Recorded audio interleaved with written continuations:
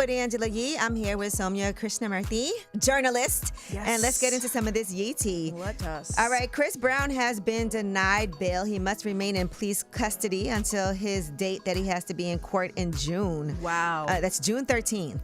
That's some time from now. Yeah, I was shocked by this. Yes, he was charged over an assault that reportedly took place at Hanover Square in London. That was February 19th, 2023. So, there's no further details. A news release from prosecutors didn't give any other details, but news outlets are not allowed to publish details of an incident that may prejudice any trial. Interesting. And I know for Chris, he has said in interviews it had been a long time that before he was allowed to go to Europe and perform and sell out stadiums. So the fact that he's now sitting in jail there is insane. Yes, over these 2023 allegations. Yeah. I wonder if he was aware of, because this did happen a couple of years ago, and if he knew that there was any potential that something could happen when he goes back there, that he could get arrested. Yeah, I mean, it's hard. A lot of American artists definitely get caught up in Europe because they have a very different system and based upon which country you're in. But, Chris is famous. He's rich. I'm sure his team is like, we'll handle it. I don't think they could have predicted this. I sure didn't. All right, now, let's get into what's going on with Cassie on the stand. She is back on the stand today. Yep. Not sure if this is going to end today or not. I know they're pushing for Cassie to be done by the end of today, so she doesn't have to take the stand on Monday in case she has the baby. But what are some things that we're seeing today, Soumya?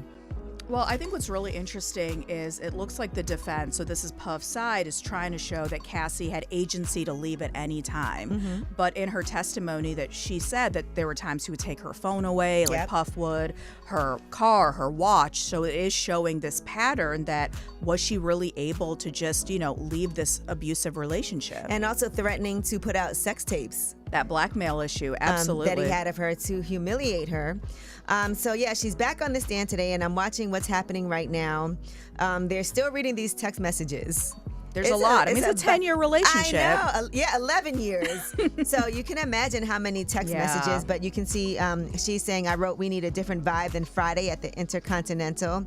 And that was after that incident where he attacked her, where we saw the video. That's not even an allegation. We saw that happen. So she did say that he did rape her after, they had broken up.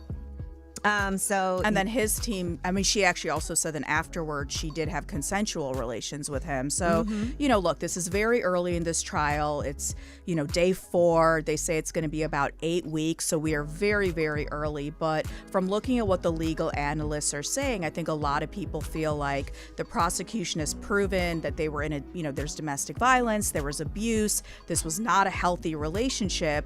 But Puff is on trial for racketeering, sex trafficking, transportation around prostitution, and those are the charges they have to prove. So I think right now a foundation is being set, but insofar as like a slam dunk out the gate, I don't think the prosecution has it yet. All right. Well, Cassie also said she was treated for PTSD. So she talked about doing EMDR. And I've been hearing a lot about EMDR as far as, getting treatment for trauma that you've been through.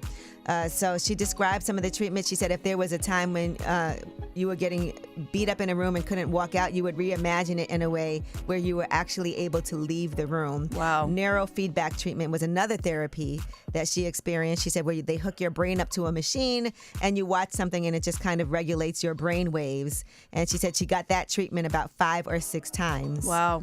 So there you have it. And she also talked about using an escort service that was featured on a TV show. Oh, okay. Yeah, so that's kind of what they did. Gigolos.